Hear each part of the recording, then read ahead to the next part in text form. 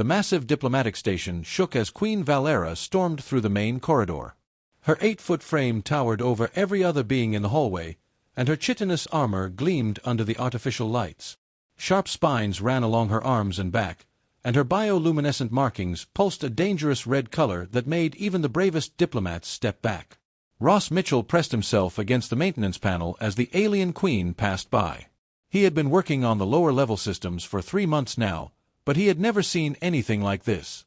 The human engineer watched as Krek's warriors flooded the corridors behind their queen, their own markings flashing in angry patterns. "Find them," Queen Valara's voice boomed through the translator system. "Tear this station apart if you must, but find my daughters." The search had been going on for 6 hours already. 3 young Krek's princesses had vanished from the royal quarters without a trace. Every security camera showed nothing. Every sensor reading came back empty. The children had simply disappeared. Ross continued his work on the power conduits, trying to stay out of everyone's way. The maintenance tunnels were his domain, and he knew them better than anyone else on the station. The diplomatic areas above were filled with representatives from dozens of species, all here for the peace talks. But down here in the mechanical spaces, it was usually just him and the hum of machinery. His scanner beeped softly. The energy reading was strange, not like anything he had seen before. Ross followed the signal deeper into the unused sections of the station. These areas had been sealed off during construction, left unfinished when funding ran low. Most people forgot they even existed. The scanner led him through a maze of pipes and cables. The signal grew stronger as he moved deeper into the abandoned section. Ross had to crawl through several tight spaces, his tool belt scraping against the metal walls. The air here was stale and cold. Then he heard it. A soft whimpering sound, almost like a kitten in distress.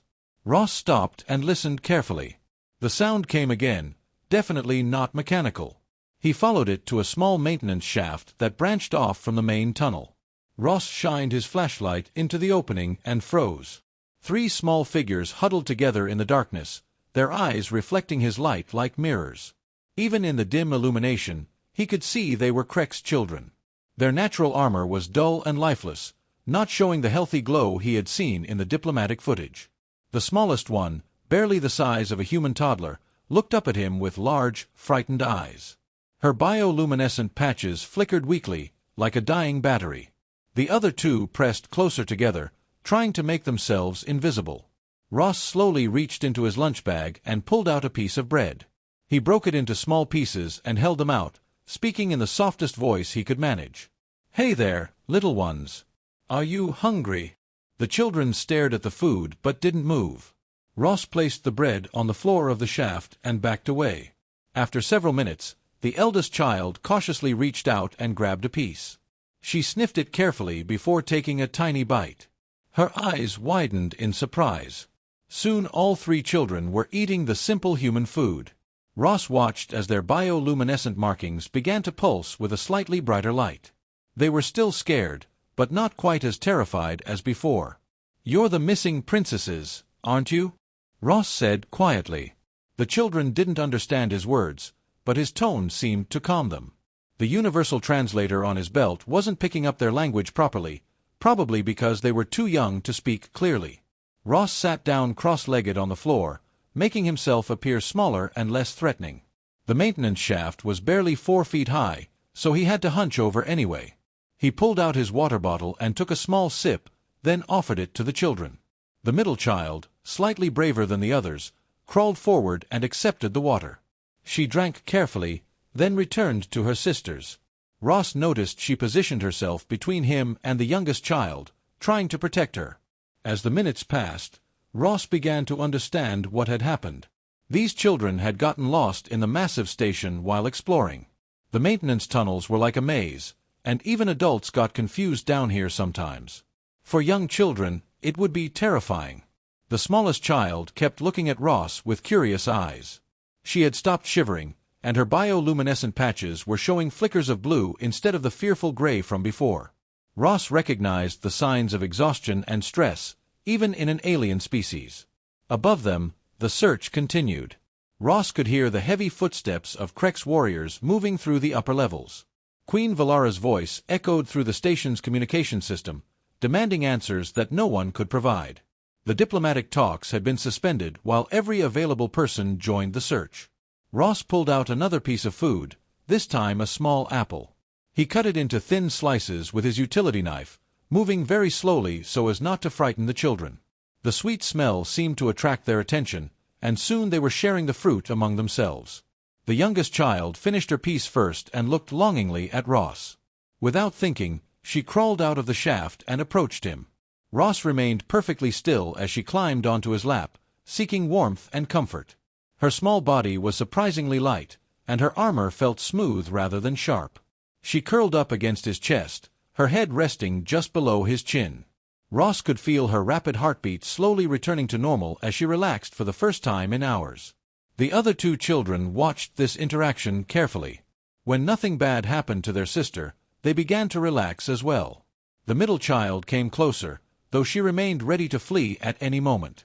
The eldest stayed in the shaft but moved to where she could see Ross clearly. Ross began to hum softly, an old lullaby his mother had sung to him as a child. The vibrations from his chest seemed to soothe the youngest child even more.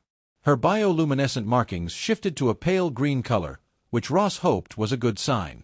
Time passed slowly in the maintenance tunnel. Ross knew he should contact security and report finding the children, but something held him back. They seemed so peaceful now, so different from the terrified creatures he had first discovered. The youngest child had fallen asleep against his chest, her tiny hands clutching his work shirt. The middle child gradually moved closer, eventually sitting next to Ross's leg. She kept one hand touching her sleeping sister, maintaining the protective bond between them. The eldest child remained more cautious but no longer seemed ready to run away at the first sudden movement. Ross's radio crackled with status updates from the search teams. They had covered most of the upper levels and were beginning to move down into the maintenance areas. It wouldn't be long before they found this section. Ross knew he had to make a decision soon. The sleeping child stirred slightly, making a soft sound that might have been contentment. Ross looked down at her peaceful face and felt something he hadn't expected. Hours passed in the quiet maintenance tunnel. Ross had moved the three children to a more comfortable spot in his small work quarters, a space barely large enough for his cot and equipment locker. The youngest child, who he had started thinking of as tiny, remained curled against his chest. The middle child sat close by his side, while the eldest stayed within arm's reach but maintained her protective watch. Ross discovered that the children responded well to gentle sounds.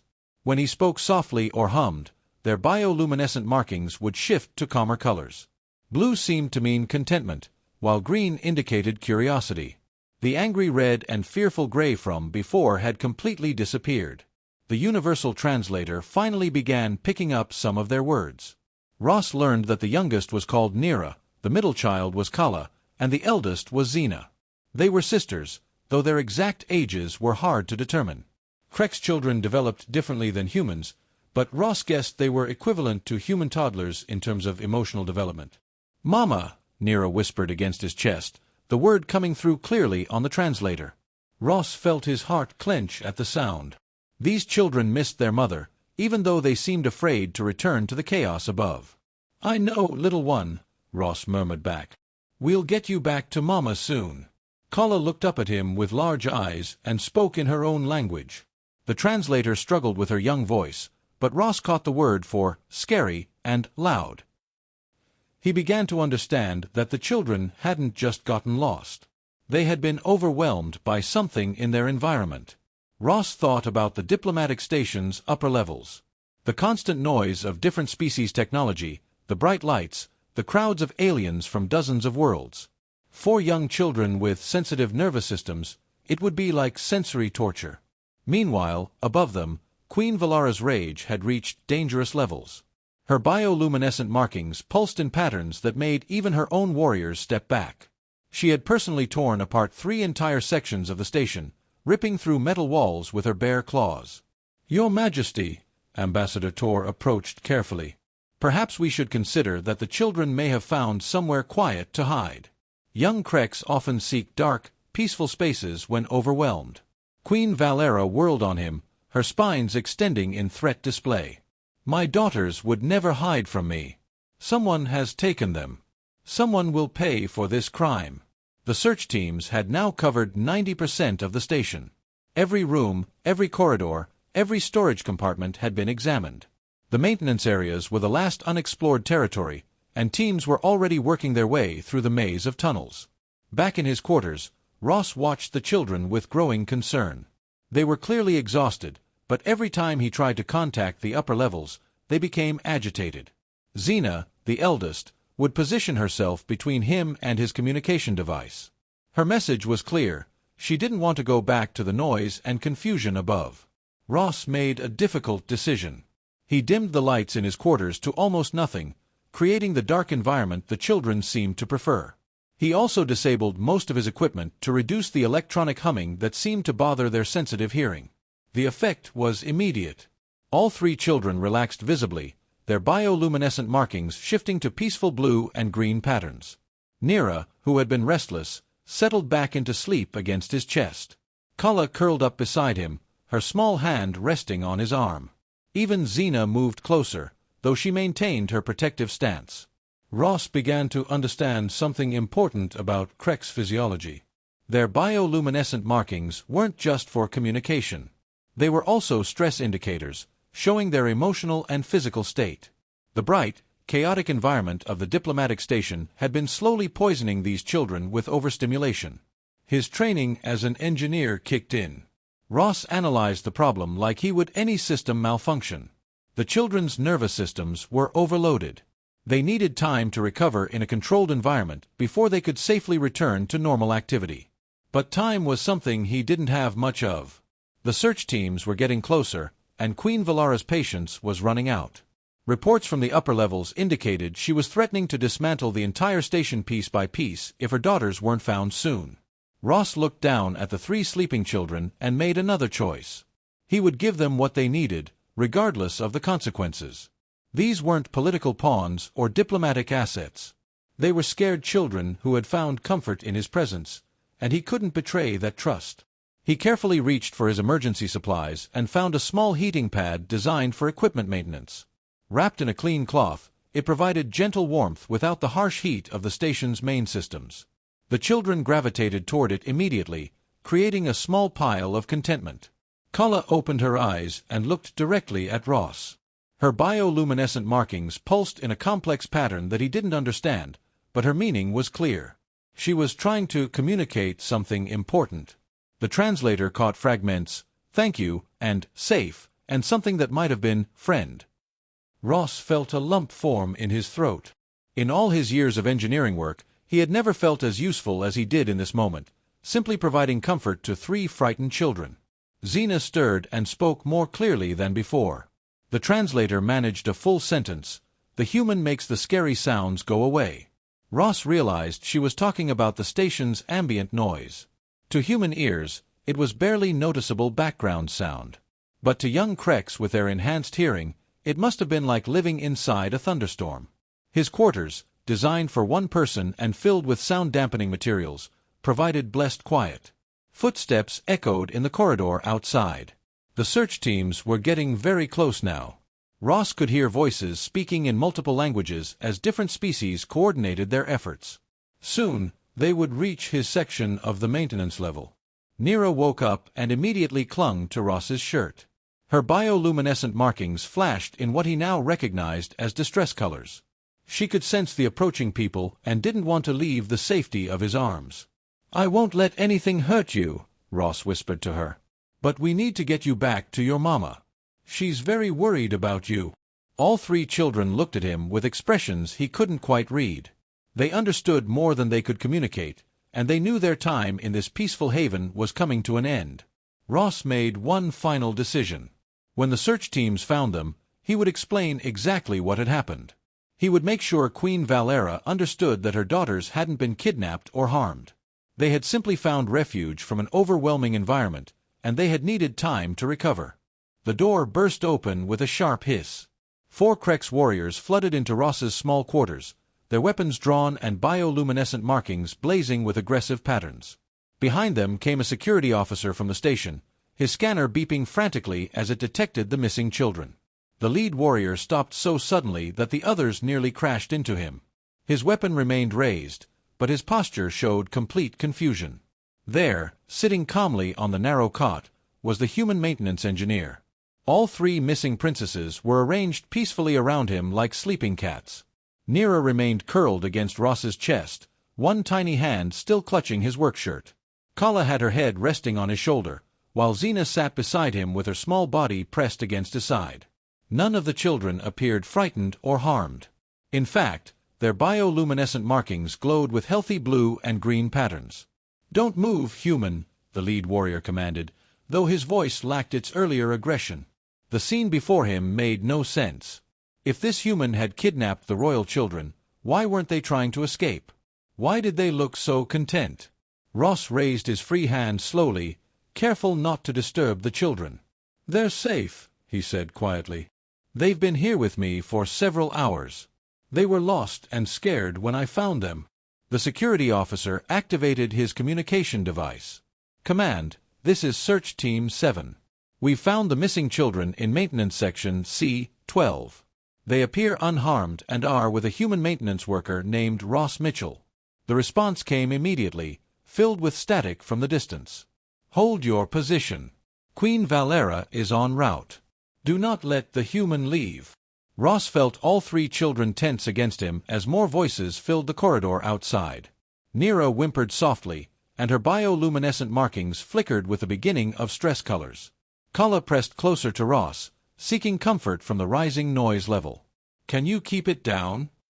Ross asked the warriors. "They're sensitive to loud sounds. That's part of why they got so overwhelmed and lost in the first place." The lead warrior looked skeptical, but he did gesture for his team to lower their weapons.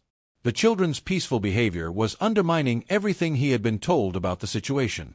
These didn't look like kidnapped hostages. They looked like tired children who had found a safe place to rest. Heavy footsteps thundered through the corridor, shaking the small maintenance quarters. Queen Valara's approach could be felt as much as heard, her massive frame causing vibrations through the station structure. The children all pressed closer to Ross, sensing the approaching storm. Queen Valera filled the doorway completely, her 8-foot frame blocking out most of the corridor light. Her bioluminescent markings pulsed in patterns of rage that hurt to look at directly. Her spines were fully extended, and her claws scraped against the doorframe as she surveyed the scene. For a moment, complete silence filled the room. The Queen's eyes took in every detail, her three daughters arranged peacefully around the human, their healthy coloration, the makeshift nest of blankets and heating pad that Ross had created for their comfort. Then her rage exploded. "You dare to touch the royal children?" Queen Valara's voice boomed through the small space. Her energy weapon materialized in her hand, crackling with deadly power. "You will die screaming for this crime, human." But as she raised the weapon, something impossible happened. All three of her daughters moved between Ross and their mother. Xena, despite being the smallest, positioned herself directly in front of the weapon. Kala spread her arms wide, trying to cover as much of Ross as possible. Nira, still in his lap, turned to face her mother with surprising determination. "No, Mama," Nira said clearly, her young voice carrying through the translator. "The human is good. He helped us." Queen Valera froze, her weapon still raised but no longer aimed at Ross. Her daughters had never defied her before. They had certainly never protected someone else from her anger. The Queen's bioluminescent markings shifted from rage to confusion. Xena spoke next, her voice stronger than Ross had heard before. "We were scared, Mama. The big place was too loud and too bright. We got lost trying to find quiet. The human found us and made the scary sounds go away." Kala nodded agreement, adding her own words. "He gave us food and water. He made a warm place for us to sleep. He sang to us like you do, Mama." Queen Valara's weapon wavered. The protective stance of her daughters made it impossible for her to attack without harming them. But more than that, their words were describing care, not kidnapping. They were defending their captor with genuine affection. "Move away from the human, my daughters," Queen Valera commanded, though her voice had lost some of its thunder. "He has poisoned your minds with his alien ways." "No, Mama," all three children said together. They linked arms, creating a living barrier between Ross and their mother. Their bioluminescent markings pulsed in perfect synchronization, showing united determination. Ross slowly stood up, careful not to disturb the children who still pressed close to him. "Your Majesty," he said respectfully, "I found your daughters hiding in a maintenance shaft. They were terrified and exhausted. I've been trying to help them recover before returning them to you." "Lies," Queen Valera snarled, but her certainty was cracking. Her daughter's behavior contradicted everything she believed about the situation. No human would help Krek's children without seeking advantage. Nira tugged on Ross's shirt and looked up at him with trusting eyes. "Tell Mama about the quiet place," she said. "Tell her about the soft sounds and the warm light." Ross knelt down to the children's level, bringing himself closer to their height. "Your daughters needed a peaceful environment to recover from sensory overload," he explained to the Queen. "The diplomatic levels of this station are overwhelming for young Kreks. Too much noise, too much light, too many different technologies interfering with their natural systems." Queen Valera's bioluminescent markings flickered as she processed this information. She had noticed her daughters becoming more agitated since arriving at the station, but she had attributed it to excitement about the diplomatic mission. "You lie to save your worthless life," she declared, but her voice lacked conviction. The weapon in her hand slowly lowered as doubt crept into her mind. Kala stepped forward and took Ross's hand, her small fingers intertwining with his much larger ones. "Show Mama the colors," she said to her sisters. All three children closed their eyes and concentrated. Their bioluminescent markings began to glow in complex patterns. Ross couldn't understand the light language, but he could see the beauty and meaning in their synchronized display. Queen Valera's eyes widened as she watched her daughters communicate in ways she had never seen before. "They're showing you how they felt when they were lost," Ross interpreted, though he was guessing. "And how they feel now. The difference between fear and safety." The patterns shifted, becoming warmer and more golden. Queen Valera's weapon finally disappeared from her hand as she stared at her daughters in amazement. They were displaying emotional states she had never witnessed, speaking in light language more sophisticated than their spoken words. "How do you know our ways, human?" the Queen asked, her voice barely above a whisper. "I don't," Ross admitted. "I just watched them and tried to give them what they seemed to need. Any parent would do the same." The word parent seemed to strike Queen Valera like a physical blow. She looked at her daughters, really looked at them, for the first time since entering the room. They appeared healthier and more content than she had seen them in days. Ambassador Tor appeared in the doorway behind the Queen, followed by several other diplomatic representatives. Word of the discovery had spread quickly through the station. Everyone wanted to see the resolution of the crisis that had brought the peace talks to a halt. "Your Majesty," Ambassador Tor said carefully, "perhaps we should hear the full story before making any decisions." Queen Valera's gaze moved from her daughters to Ross and back again. The evidence before her contradicted everything she had assumed about humans and their motivations. Her daughters were not only unharmed but seemed to have thrived under the humans' care. Queen Valera stood motionless in the doorway, her massive frame blocking the view of the gathered diplomats behind her. Her bioluminescent markings shifted through colors that Ross had never seen before, complex patterns that seemed to indicate internal conflict. Her three daughters remained positioned protectively around the human engineer, their own markings pulsing with calm determination. "Explain," the Queen commanded, her voice much quieter than before. She gestured for her warriors to lower their weapons completely. "Tell me exactly what happened, human. Leave nothing out." Ross took a careful breath and began his story. He described finding the children hiding in the maintenance shaft, terrified and exhausted. He explained how they had been overwhelmed by the station's environment and had sought refuge in the abandoned sections. He told of feeding them simple human food and providing them with the quiet, dim space they desperately needed. "They weren't kidnapped, Your Majesty," Ross concluded. "They were hiding from sensory overload. The diplomatic levels of this station are too intense for young Krek's nervous systems. They needed time to recover in a peaceful environment." Queen Valera listened to every word, her eyes never leaving her daughters. As Ross spoke, she began to notice things she had missed before. The healthy glow of their bioluminescent markings. The relaxed posture of their small bodies. The way they looked at the human with genuine affection rather than fear. "Show me," she said suddenly. "Show me these colors they displayed for you." Xena stepped forward, the eldest daughter taking the lead as she often did. She spoke in rapid Crex, her young voice carrying emotional weight that the translator struggled to convey. Her bioluminescent markings began to pulse in slow, deliberate patterns. "She's telling you about the scary feelings," Ross interpreted, watching the light display with fascination. "The overwhelming sensations from the upper levels." The patterns shifted, becoming more chaotic and bright. Queen Valara's eyes widened as she recognized distress signals she had never seen her daughters display before. They had been suffering in silence, trying to be brave for their mother. Then the patterns changed again, becoming softer and more rhythmic. Golden and blue lights flowed across the children's skin in waves of contentment. All three daughters joined the display, creating a synchronized light symphony that filled the small room. "And now they're showing you how they felt here," Ross continued. "Safe and calm and able to rest." Queen Valera sank to one knee, bringing herself down to her daughter's level. For the first time since entering the room, she truly looked at them as children rather than as extensions of her royal authority. They were healthy and happy in a way she hadn't seen since before their arrival at the station. "My daughters," she said softly, "were you truly so distressed? Why did you not tell me?" Nira approached her mother slowly, her tiny hand reaching out to touch the queen's larger one. "We tried to be strong like you, Mama. We didn't want to be weak." The words hit Queen Valera like a physical blow. She had taught her daughters that strength meant enduring suffering without complaint. In trying to make them into proper Crex warriors, she had prevented them from asking for help when they needed it most. Kala joined her sister, taking Queen Valara's other hand.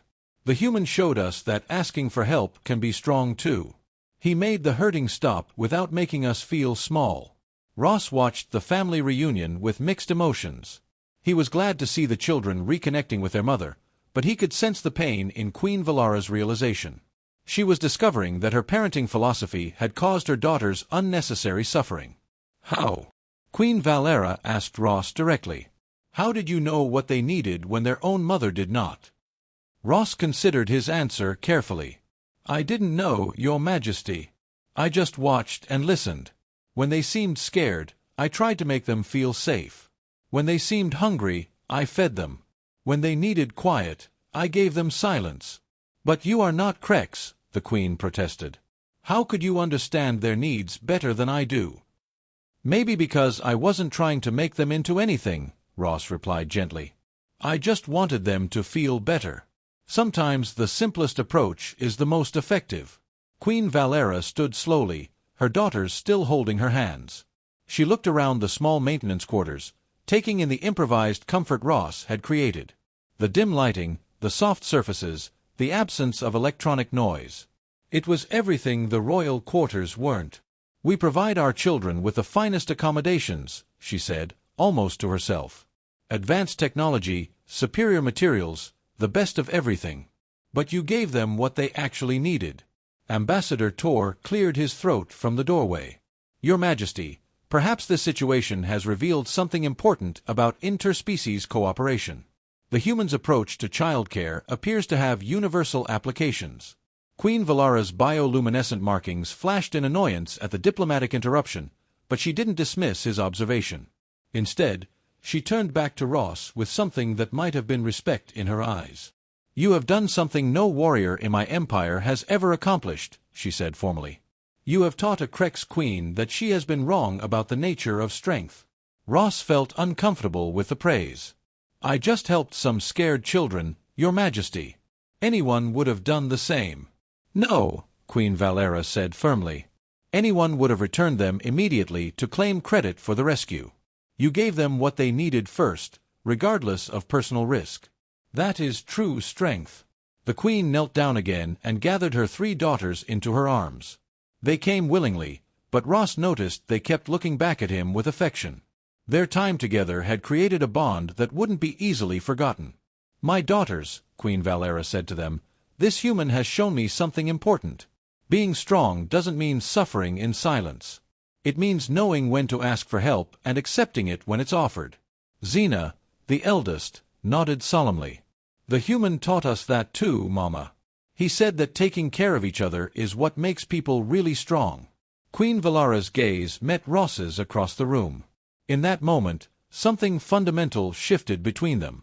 The fierce alien warrior and the simple human engineer found common ground in their shared concern for the children's welfare.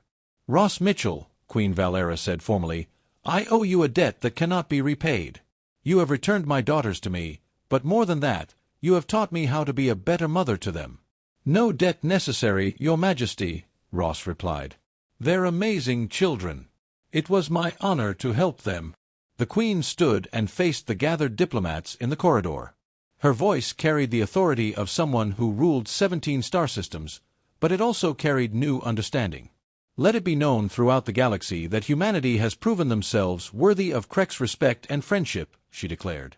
"They possess a strength that our warrior culture has overlooked, the strength of compassion."